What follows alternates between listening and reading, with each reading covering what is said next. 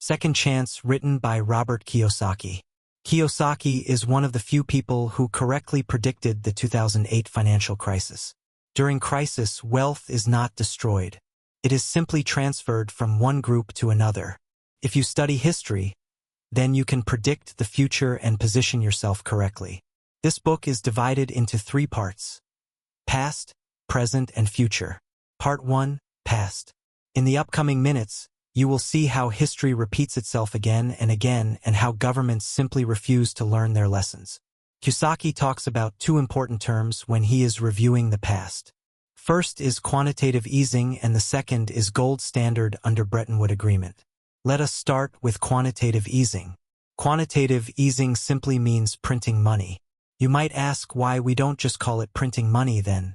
Well, my assumption is that governments are usually using complex terms so that the average person does not understand what is going on.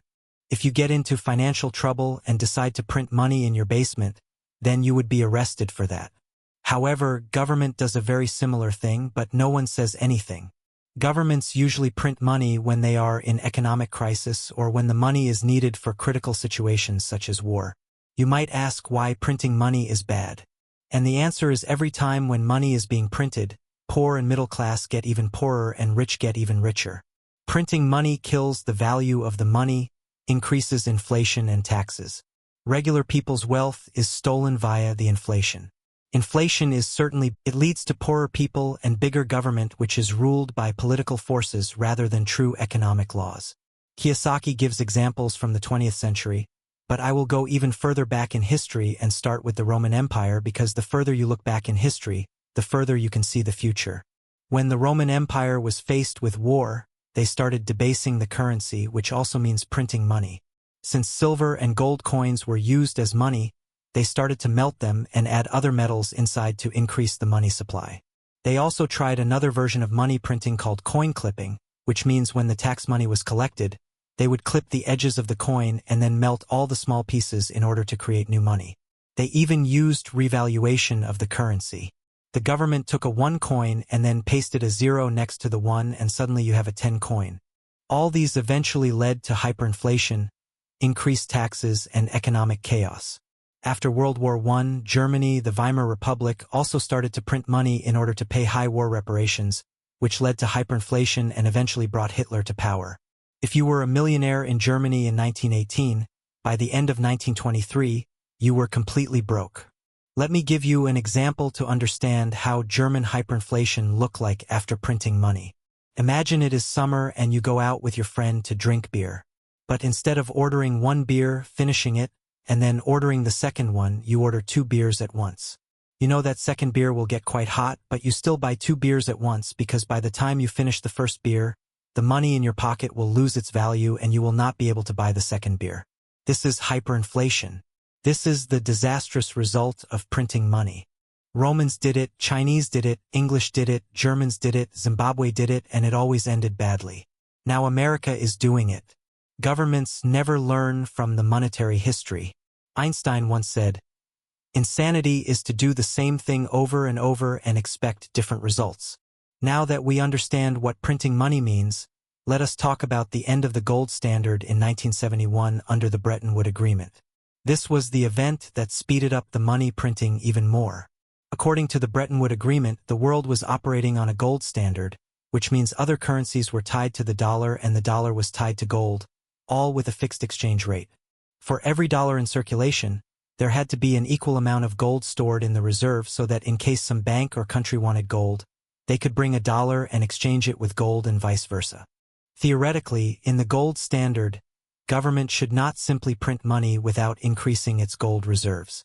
However, in reality, America did print money even in the gold standard. And it came to a point that there was a lot of printed money which was not backed by any gold. So if people started to demand gold in return for their dollars, America would not be able to give back their gold.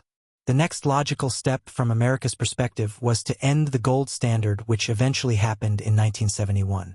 American President Nixon cut the last tie between gold and the dollar, which meant America could now print money easily, as much as they wanted. Money became a tool in the hands of government and politicians. Since 1971, America has done 3 quantitative easings, and each time the situation gets worse and worse. Printing money is like building a house on the sand. You know that it will collapse eventually, but instead of stopping the construction and finding a solid foundation, you keep building it. And when problems happen, you simply find some way to prevent the house from falling apart. Once you start printing it, it is very hard to stop it. Stopping it means tearing down the house and starting all over again, which is something most of the politicians don't want to do during their service and be remembered badly. So, everyone is pushing the problem to the next administration. And the show keeps going on. If you want to see the effects of money printing, then look at the following factors. 1. Since 1913 until 2018, the dollar has lost 95% of its purchasing power. This makes life difficult for those who work for money. 2. The number of food stamps has reached a very high level. If you don't know, food stamps are a government support for people who cannot earn enough money for living. 3. The middle class is shrinking. The gap between rich and poor is very high. For sizes or grams of products in the markets get smaller. It looks like it is the same price and the same product, but the weight or number of packs inside get reduced. This is very similar to the coin clipping we discussed above, but this time it is happening on products. 5. When the economy is in a bubble, stock prices and real estate prices go up. Everything looks good outside except average people get poorer. 6. Look at the interest rates on savings. It is around 1 to 2%. There is so much printed money in circulation and banks don't want your money. Now, you might look at all this and say that it isn't America. It does not apply to us. Well, I think this kind of thinking would be too naive. The world economy is tied together more strongly than ever. Kiyosaki says that around 70% of world currencies are held as US dollars. The US dollar is the reserve currency of the world. You don't have to be an economics professor to understand that if the US goes down, the world goes down with it. Another dangerous thing is that almost all the world currencies are fiat currencies, which means they are just paper. There is no gold or other thing that is backing them up, and history shows that all fiat currencies eventually return to their original value, which is zero. There is no single evidence showing that the same thing will not happen to the dollar. The dollar has already lost 95% of its value. How long do you think it will take to lose the remaining 5%? According to Kiyosaki, what we are experiencing currently is not a financial crisis. It is an educational crisis. People don't understand what is happening. And that is how governments can get away with printing money. And it is not just the US government. Other governments print as well. The fact that we don't learn anything about money in school is not a mistake or an accident. It is part of the plan. In the past, they did not allow slaves to read and write because they were afraid that slaves would start demanding their rights.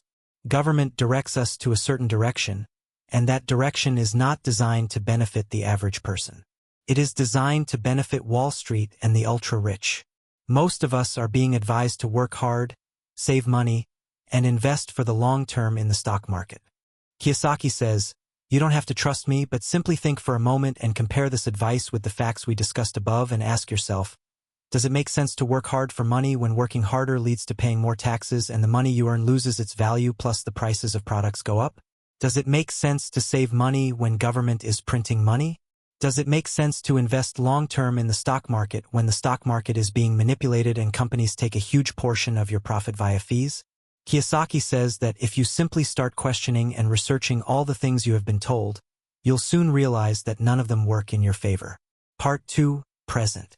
When crises happen, people who suffer the most are the ones on the left side of the cash flow quadrant, employees and self-employed, because these are the people who work for money and they will be the first ones to lose. True wealth is on the right side of the cash flow quadrant. People on this side don't work for money. They work for assets such as land, real estate, and businesses. The author recommends transitioning from the left side of the cash flow quadrant to the right side where true wealth exists. And in order to do that, he recommends choosing one of the 4 asset classes. In case you don't know, the 4 asset classes are businesses, real estate, commodities, and paper assets such as stocks and bonds. Business is the hardest asset class to acquire, but also the most profitable. On the other end, paper assets are the easiest to acquire, but less profitable and riskier. From recent interviews with the author, I have seen that he does not recommend investing in paper assets. He thinks that the stock market has become a big casino where the winners are always the owners. The author's personal favorite asset type is real estate, and he thinks it would be best if you chose something that you have passion for. Part 3: Future. Let's recap what we discussed in previous parts. In the first part, we learned that government prints money and it badly affects people who work for money and save money. In the second part, we learned that true wealth is on the right side of the cash flow quadrant. Finally, in this part, I will share some of the advice from the book on how to transition from the left side to the right side of the cash flow quadrant. The author's first advice is to get financially educated by playing the cash flow game. The first best way to learn something is by actually doing it. And the second best way is through simulation, which is what the cash flow game is all about. We usually remember 10% of the information by reading or listening. Compared to this with simulation, this number goes up to 90%. Play the game over and over so that everything sinks in and then start playing it in real life. The author says that there are many cash flow clubs all around the world and people are educating one another. However, some of these clubs are using the game to attract people for their own business and maybe sell you something at the end. So, do your own research if you plan to join a club. The second advice is to become an entrepreneur. An employee and an entrepreneur are two completely different people. Their approach and mindset differ a lot. We always hear study well and get a good job in a big company. But we rarely hear study hard and become an entrepreneur. That is why people don't realize that there is another option. They don't even consider it as an option. We are trained enough to ask for fish but not trained enough to catch a fish. In communism, government must build the houses and provide jobs. But in capitalism, individuals build the economy. Unfortunately, most people still live in the communism mindset and expect the government to take care of everything. The author strongly advises becoming an entrepreneur because taxes and law are written in favor of entrepreneurs. Entrepreneurs are the ones who are building the economy, creating new jobs, developing real estate, and investing. Government needs entrepreneurs. Otherwise, there would be no jobs and government could not collect taxes. Many people think becoming an entrepreneur is risky, so they want a secure job in a company. But there is no secure job thing anymore. Most of the jobs are moving to India, the Philippines, and other cheap countries. Having a job is actually riskier than becoming an entrepreneur because when you have a job, you only have one client, and that is your employer. If he fires you, then you are in deep trouble. But if you are an entrepreneur, you have many clients. Advice 3: don't live below your means, expand your means. If you go to a financial planner, he will look at your expenses and advise you to cut the expenses so you will stop drinking lattes. Kiyosaki says, why don't we look at the other side of the equation and find ways to expand our means so that the price of a latte becomes nothing? Cutting expenses is a passion killer. Don't kill your passion. Rather, find ways to feed your passion. Always ask, how can I afford it? Advice 4: learn how to use debt and taxes to acquire more assets. Since 1971, money has become debt. When people tell you to get out of debt, they tell you to get out of money. Of course, I am talking about good debt, which is a debt used to purchase assets that put money into your pocket, not the one used to buy liabilities such as a TV, car, nice vacation, etc. Advice 5: don't be afraid of making mistakes and failing. It's just part of the process. Simply remember how many times you had to fall before you learned how to ride a bike successfully. As a disclaimer, I want to inform you that I am not a financial expert and strongly recommend doing your own research. What is right for the author or for me can be completely wrong for you. Becoming an entrepreneur is a tough job and maybe you don't want to work hard, be stressed out, and take full responsibility. Maybe you don't care about assets and you are happy to be in debt and driving around with a Mercedes. It's your life and it is not my business or anyone else's business to tell you what to do with it. Thanks for watching.